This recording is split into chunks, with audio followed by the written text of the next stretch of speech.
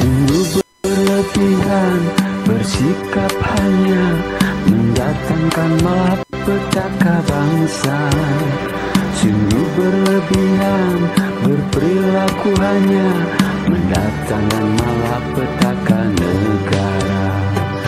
Wajar dalam segalanya maka bangsa dalam bahagia. Bismillahirrahmanirrahim. Pemirsa tercinta yang dirahmati Allah Tuhan Yang Maha Esa, bersua kembali di kanal Hikmatologi. Monolog sederhana mengajak diri kita masing-masing berpikir kian melembut, cerdas, dewasa, bijaksanakan hati nurani berdasar kitab suci agama kepercayaan yang kita yakini. Tentu saja upaya serius terus-menerus tak kenal putus untuk menghayati, mempedomani, mengamalkan Pancasila sebagai warga negara Indonesia niscaya dalam kehidupan sehari-hari. Pemirsa, mohon maaf, beberapa hari kami tidak mengunggah kanal Hikmatologi karena kegiatan yang cukup padat, terutama pertalian dengan penilaian terakhir sekaligus laporan di Fakultas Hukum, Ilmu Sosial dan Ilmu Politik Universitas Terbuka Indonesia. Kemudian kami juga sekaligus riset dan menulis, karena itulah gaya dari grounded riset, penelitian grounded dan atau kualitatif, sehingga paling tidak 3-4 hari ini kami absen.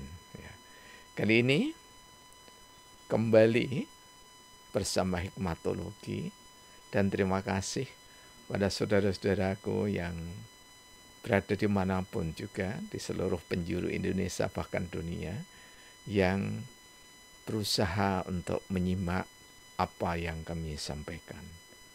Apapun dukungan Anda, saran, kritik, like, subscribe, dan yang lainnya sangat berarti untuk kelanjutan dari kanal Hikmatologi. Pemirsa tercinta yang dirahmati oleh Allah, hari ini Jumat Legi kalau di dalam tradisi statistika Jawa Nusantara. Yang tidak mempercayai itu juga tidak mengapa, karena itu bukan kitab suci ya. Apa yang ditulis di dalam primbon atau pintal jemur ada makna dan sebagainya gitu ya. Tapi itu adalah hasil dari riset orang-orang Jawa, orang-orang Nusantara yang para sesepuh itu yang mengumpulkan data, kemudian data itu dianalisis ya. Jadi sebenarnya sama seperti insan akademis gitu ya. Hanya saja mereka tidak bergengsi tempatnya, karena kebanyakan justru merenung di kegelapan malam, kemudian nanti tiba saatnya ditulis atau ditulis oleh muridnya. Baik, pemirsa tercinta, mari kita berbicara tentang kafir. Kata-kata yang seolah itu jika disampaikan dengan bahasa tubuh tertentu, maka kafir itu bisa betul-betul menghina, melecehkan, menista. Bahkan tidak jarang satu kata ini bisa menimbulkan konflik, permusuhan, peperangan. Setidaknya di dunia maya sekarang ini paling tidak perang kata-kata ya. Nah, apa yang dimaksud dengan kafir? Terus terang saja kami menimba data secara primer, karena kami sebagai insan yang cukup konsen di dalam riset grounded ataupun kualitatif, maka wawancara bahkan kami sendiri adalah informan, ya. Bahkan termasuk key informan itu sendiri, ya. Informan kunci, karena itulah kata yang terucap dari seorang informan niscaya harus bisa dipercaya, amanah, ya. Dan kami berusaha untuk memiliki sifat amanah itu, berusaha, ya, kita semuanya berusaha. Kafir, sholat, sembahyang, menyembah yang Maha Esa. Salat Islam, sembahyang di dalam tradisi Nusantara. Sudah sholat, sudah sembahyang, masih kafir juga. Kafir diri sendiri tak dirasa oleh manusia. Mengkafirkan sesama makhluk, Allah, Tuhan, tak dirasa. Diri merasa terbenar, yang beda agama, kafir semua. Sudah sholat witir, setelah itu kafir manusia. Kampung Celaket Ediningrat, Kota Malang, pukul 2.50 sampai 53 menit, tanggal 20 Desember 2024. Apa yang kami tulis ini adalah realita yang kami jadikan data berbentuk sastra. Mengapa? Ya, terutama bagi saudara-saudara yang baru hadir di kanal Hikmatologi, karena karya sastra semacam puisi, ya, atau pantun tidak dituntut untuk mencari referensi, ya. Tidak dituntut, tidak berarti di dunia akademik tidak diperlukan. Namun kami sudah melepas dunia akademik itu. Artinya bahwa tulisan kami itu tidak punya pretensi, tidak punya tujuan untuk meraih derajat tertentu di dalam kepangkatan maupun jabatan akademik. Sehingga kami benar-benar berkarya merdeka tanpa ada target tertentu yang sekedar untuk memenuhi dunia formalitas. Ya. Tetapi target kami adalah data yang kami timba itu tidak sekedar berupa kata di dalam diri saya, tetapi lebih dari itu, kata itu tergurat dalam bentuk sastra. Kafir di sini yang kami maksudkan adalah terhalang. Jadi secara kosakata terhalang atau tertutupi. Tertutupi dari apa? Tertutupi dari kebaikan, tertutupi dari kebenaran, tertutupi dari etika, tertutupi dari adab sopan santun, tertutup dari hukum positif atau peraturan perundang-undangan yang berlaku, tertutup dari pergaulan sosial yang penuh sopan santun, tertutup. Ya. Bahkan yang tertinggi tertutup dalam mengimani Allah Tuhan yang Maha Esa. Karena itulah di sini kami gurat kafir, sholat, sembahyang, menyembah yang Maha Esa.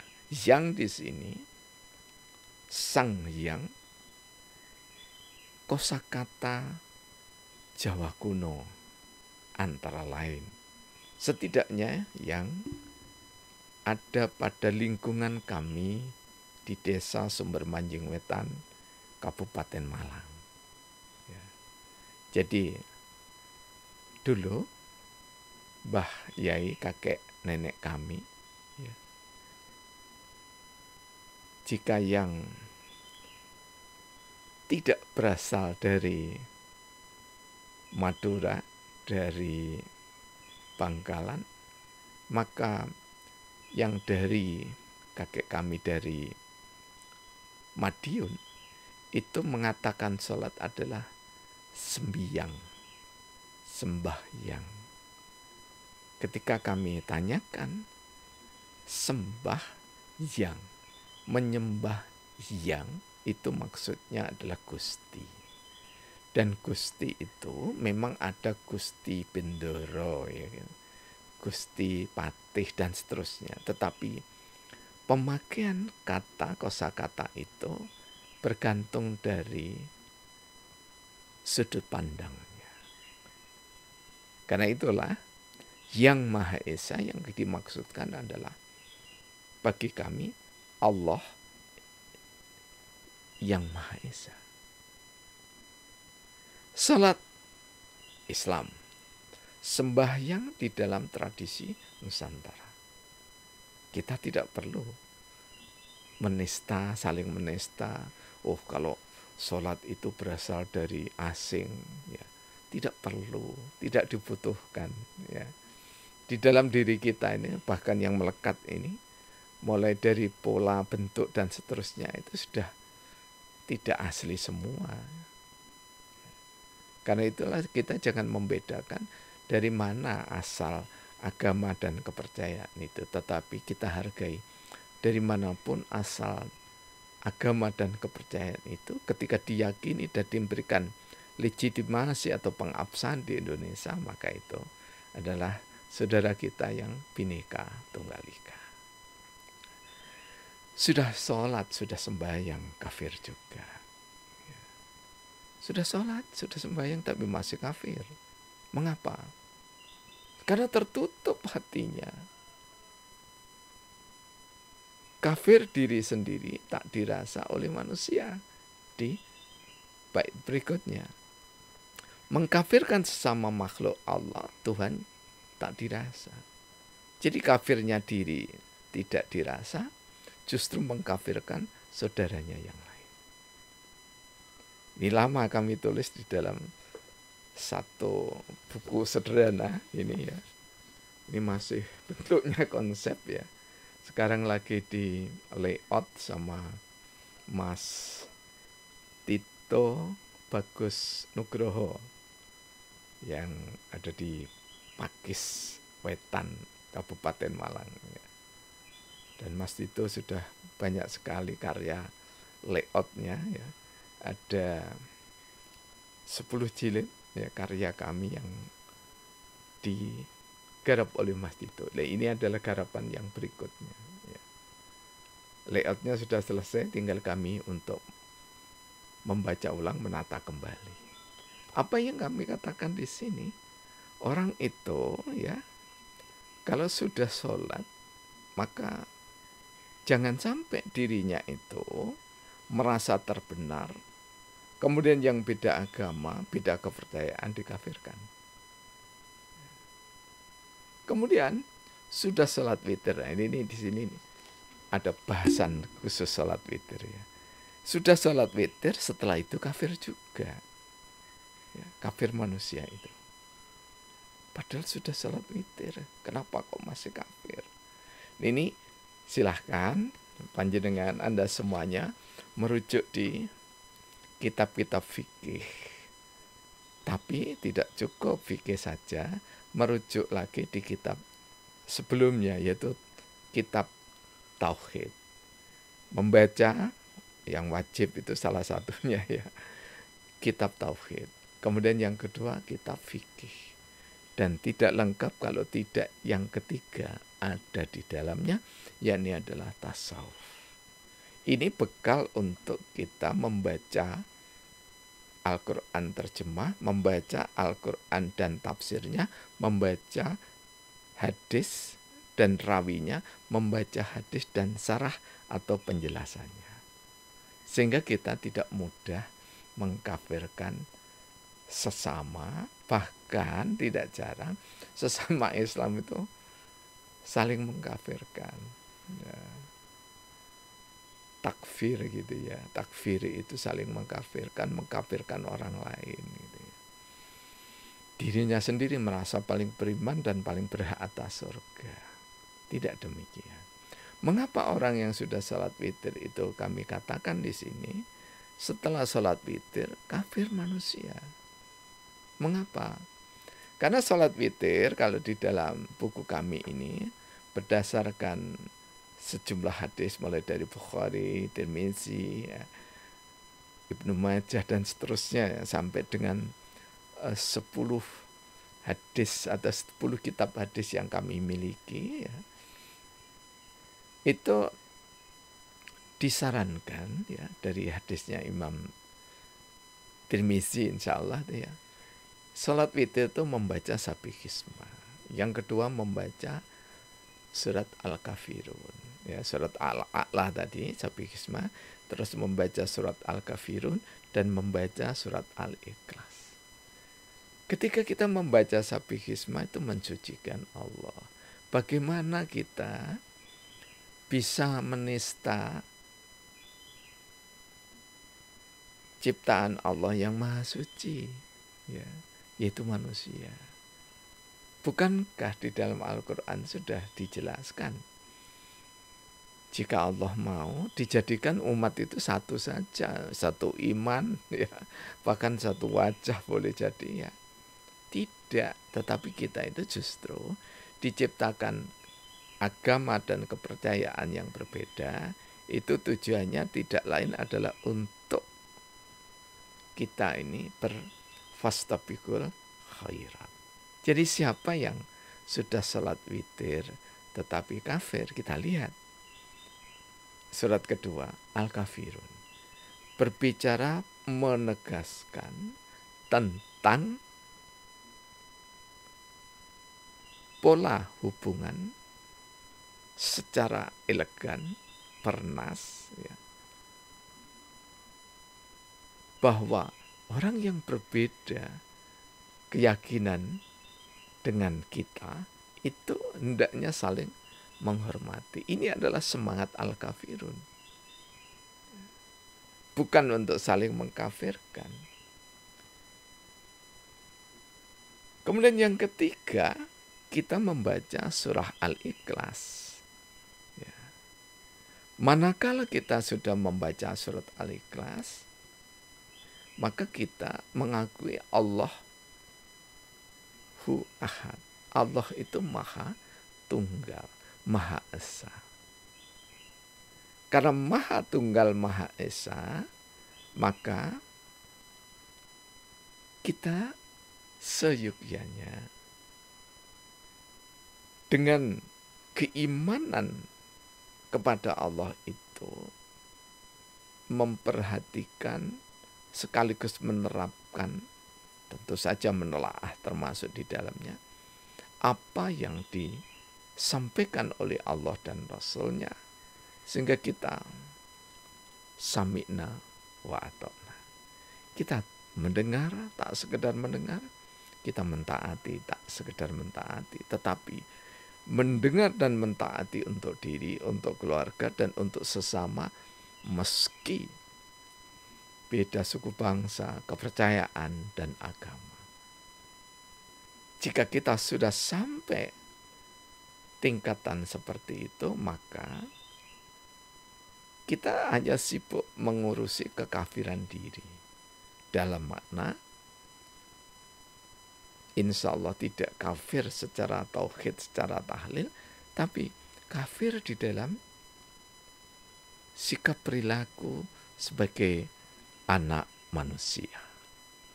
Jadi kafir etika itu niscaya dijauhi, karena tidak jarang membuat grup WhatsApp begitu ya. Tetapi satu dengan yang lainnya saling menista. Kemudian ada juga yang mengeroyok orang yang tidak ada di dalam grup itu. Ini keanehan-keanehan. Mengapa aneh ya sikap perilaku manusia sekarang? Karena ketika memegang gadget ya, itu tidak dilambari, tidak didasari dengan ilmu pengetahuan. Ya. Karena tidak didasari dengan ilmu pengetahuan, maka tidak jarang ya teknologi yang canggih itu justru tak sekedar mubadir tetapi mencelakai, merugikan dirinya sendiri. Mengapa? Karena teknologi yang canggih tidak dimanfaatkan untuk meraih, meneguk indahnya ilmu, tetapi justru sibuk untuk memaki-maki sesama anak manusia. Nah, pemirsa yang dirahmati oleh Allah, jika kita sudah membaca, kembali lagi pada witir, surah Al-A'la, kemudian surah Al-Kafirun, kemudian surah Al-Ikhlas, maka dawuhnya Rasulullah itu seperti kita ini bagaikan, seperti tamsilnya ya, membaca keseluruhan Al-Quran. Seperti itu dalam riwayat Tirmizi, salah satunya insya Allah. Mengapa? Atau lebih tepatnya hikmah apa? Kok kita ini diberi pahala seperti membaca Al-Quran seutuhnya? Karena orang yang memiliki kepahaman secara dewasa, lembut, cerdas, bijaksana di dalam menegakkan salat witir, maka salat witir hari ini niscaya tegak sampai nanti malam atau besok pagi witir lagi. Tegak itu dalam tasawuf modern yang ditulis oleh Profesor Buya Hamka, as-salat daim. Ya, salat daim. Salat witir yang dikekalkan. Ini kami tidak membatasi yang lainnya, tapi kami dalam tema kali ini yang kita bahas salat witir. Jadi antara witir satu dengan witir berikutnya itu menjadi satu kesatuan ruhnya. Sehingga setelah selesai salat witir, maka kita pasti lebih rajin untuk toleransi.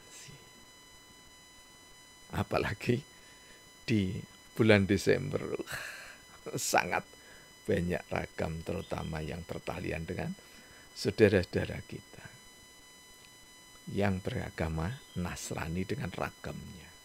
Ya. Seperti Profesor Dr. Kiai Haji Said Agil Sirot, kemudian Profesor Dr. Quraisy Shihab yang menulis tafsir Al-Misbah. Beliau, ini kami sebut hanya dua saja ya, banyak yang lainnya. Beliau ini memberikan ucapan selamat dan mengucapkan selamat itu bagi beliau berdua ini tidak ada kaitannya dengan tauhid atau tahlil atau syahadat, tetapi beliau memaknai dari segi muamalah. Tetapi yang lain yang berbeda tentu saja silahkan ya. Karena apa? Ya. Karena di dalam mengucapkan selamat Natal itu tidak ada rukunnya, ya. Tidak ada rukunnya, tidak ada sunahnya, tidak ada fardunya, ya. Seperti sholat itu tidak demikian. Karena itulah kami juga sependapat yang mengelompokkan pada muamalah. Tapi sekali lagi, kami hormat pada mereka-mereka yang para ulama yang betul-betul mengatakan bahwa ini berkaitan dengan tauhid, ya silahkan. Yang penting ya jangan saling mengkafirkan, jangan saling memusyrikkan gitu ya. Apalagi semangatnya semangat witir, di mana kalau witir itu diberi pahala utuh seluruh Al-Quran, mananya kita harus menjalankan seluruh isi Al-Quran itu secara kafah. Kafah itu adalah berproses sesuai dengan kemampuan diri kita masing-masing. Terima kasih, mohon maaf atas kekurangan, kesalahan. Semoga kita lebih dewasa dalam beragama, berkepercayaan, berbangsa, bernegara di Indonesia, tercinta bahkan di tengah pergaulan masyarakat dunia. Indahnya berbagi karena kita mengucapkan secara teliti, dan indahnya atau pesona berbeda karena kita diberikan kemampuan untuk mengendalikan syahwat yang kurang bijaksana. Terima kasih. Alhamdulillahirabbil alamin. Praktek biologi dan bersari